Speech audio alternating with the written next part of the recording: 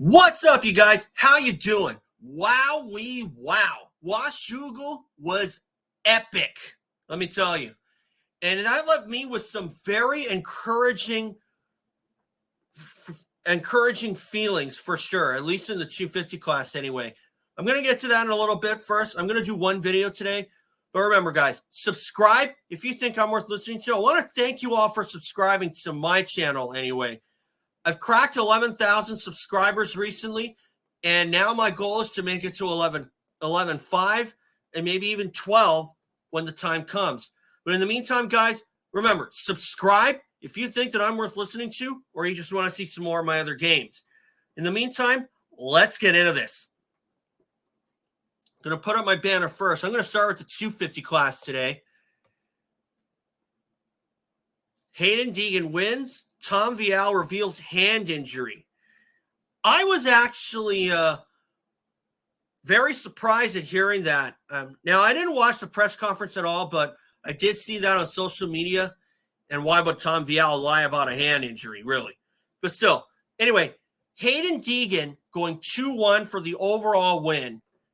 Once again, another weekend where I think that Deegan could have gone 1-1, and yet he still tipped over in one of the motos.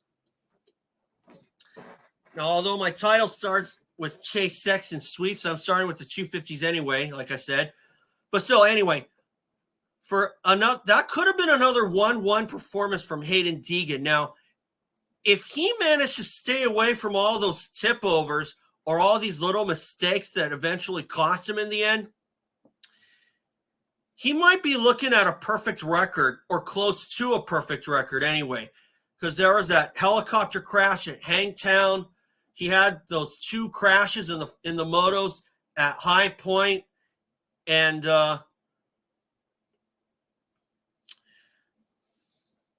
course, just today and last week at Millville, he had that tip over in the first motor where the front end went over the rut. The same thing happened at Washougal. The front end went over the rut. And Tom Vial, who got two great starts, that was the very encouraging part to me anyway. Because like I said at the start of the year, Tom Vial was my pick for the championship. Unfortunately, he threw away 3 opportunities to get back into the points chase. But this one was different. And although Vial didn't make up any points on Deegan, and neither did Deegan for that matter, because they split the moto wins, going 2-1 for Deegan, 1-2 for Tom Vial. I still thought what Tom Vial did was a very encouraging performance, because there were times where Vial didn't get the great start and had to play catch-up all race long, or he would get the good start and somehow throw it away at some point, whether it was around the middle or at the very end, like he did at Southwick. This was actually different. Vial got 2 hole shots pretty much. Yeah, in fact, he did get 2 hole shots. And unlike before, he charged to the finish, at least in the first moto anyway, especially after Deegan tipped over. And that's why I say that Deegan could very well be looking at a close to perfect record, if not a perfect record, if he didn't have all these tip overs. Now, granted, Deegan is in his second year. Is he still developing? Somewhat, yeah. Is he still proving that he's a step ahead of the competition? Oh, yes, certainly. And I still think that that Deegan is still learning along the way. But one thing's for sure, he's definitely not as smooth as some other guys were from back in the day in their second years of pro competition, like Villapoto and Dungy, and even Carmichael in the 125 class at the time.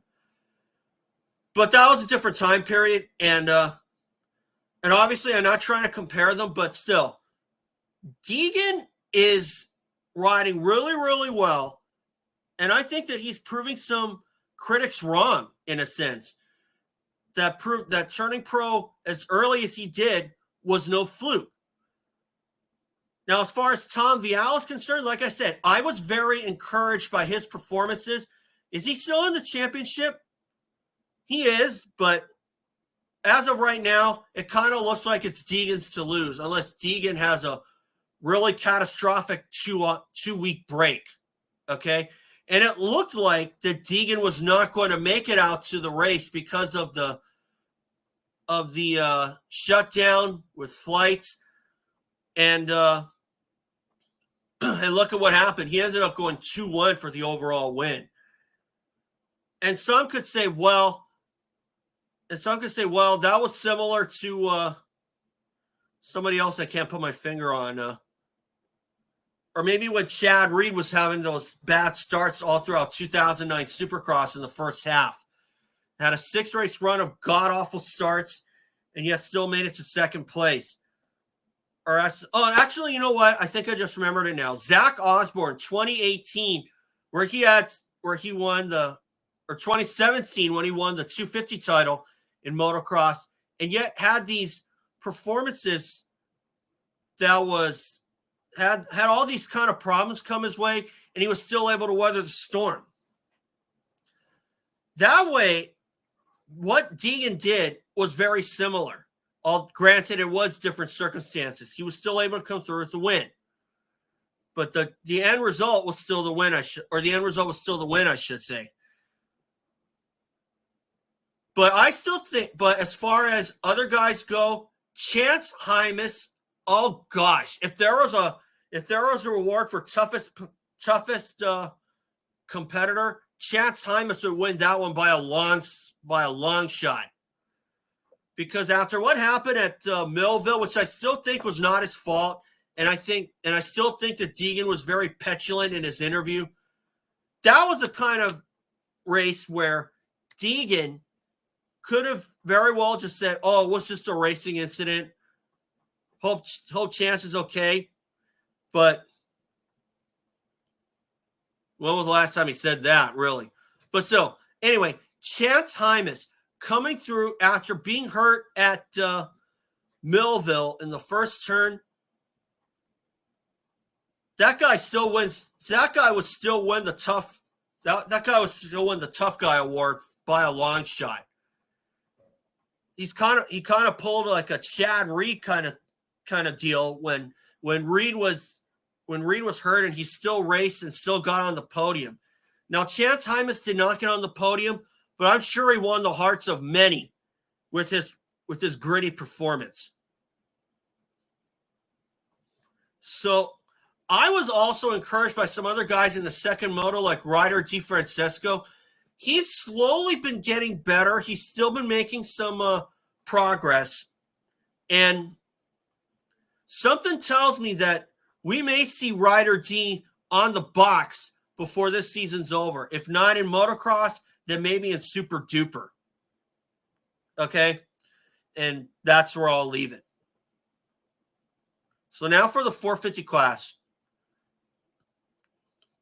Chase Sexton sweeps again. Aaron Plessinger could have won Moto 1. Now, as far as Chase Sexton goes, I don't think anybody's going to stop him unless it's himself. Or if Eli Tomac and Cooper Webb come back. But at the same time, I don't think Cooper Webb is going to be up to par. And something tells me that this is what we're going to see out of Cooper Webb from now on. He's on par in Supercross, but when motocross comes around, he's putting in performances of, what the heck was that? What the heck did you do? He could be another form of Chris Gosler and Billy Laninovich in a sense. And because those guys were on par in Supercross, but were nowhere in motocross until Laninovich started putting in some good performances until he got hurt at Budds Creek 2006 and hurt his knee, and that pretty much ruined his career. And then he ended up getting a real job. So anyway, Chase Sexton, 7 moto wins. The only person that can beat him is himself, just like James Stewart. But Aaron Plessinger, oh gosh, I fell for that kid after Moto 1 and Moto 2 as well when he didn't get the great start. And Plessinger, I think, could have won Moto 1 if not held off Chase Sexton a lot longer, maybe to the finish, had he not stalled the bike. But we'll never know now. But I like the comment of what he said on the podium with the how to use the clutch for dummies. That was original. That was definitely original. And but then again, Chase Sexton, I don't think there was any way that you were going to beat him that day unless he tipped over again, like he did off the start. And fortunately, it wasn't a bad fall by Sexton off the start. But Plessinger, oh gosh, I hope he doesn't lose any sleep during this 2-week break. And the same could also go for Hunter Lawrence with the performances that he's been putting in as of late. Something tells me that Hunter could be more hurt, like I said in my prior video, like in one of my prior videos. And I wouldn't rule out Hunter Lawrence exiting the series stage left sooner or later. But we are in a stretch where we have 2 weeks off, and Hunter Lawrence has a chance to get some healing time in before the next round at Unadilla. Now, are we going to see guys like Cooper Webb and Ken Roxon in for the 450 class? I don't know. I honestly thought that we'd have seen Ken Roxon at one of the races by now. Unfortunately, that hasn't worked out. Eli Tomac, not so much. I kind of thought that Eli was going to be back sooner or later, but now it looks like he's going to be in for Budds Creek. Is he going to try to go for Unadilla? I don't know, but maybe he might get some rides in. Maybe he might go for Unadilla. I'm not sure. But it would be nice for him to maybe at least show up and just put in a good ride. If he gets a win, he'll get a win. But still, as far as this week goes, I think it's safe to say that Chase Sexton is in the driver's seat and is going to wrap up the Supercross or the motocross title at least a round or two early. And I still wouldn't rule out Hunter Lawrence deciding not to race the final few races because of what happened at Redbud. If he says he's fine, okay.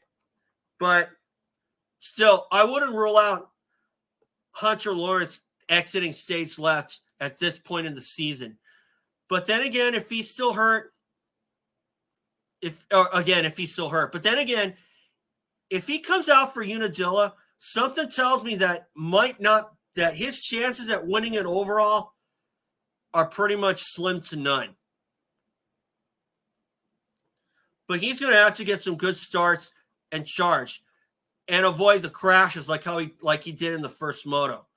So anyway, guys, that's all for today. And remember, subscribe. We'll see you in 2 weeks for Unadilla.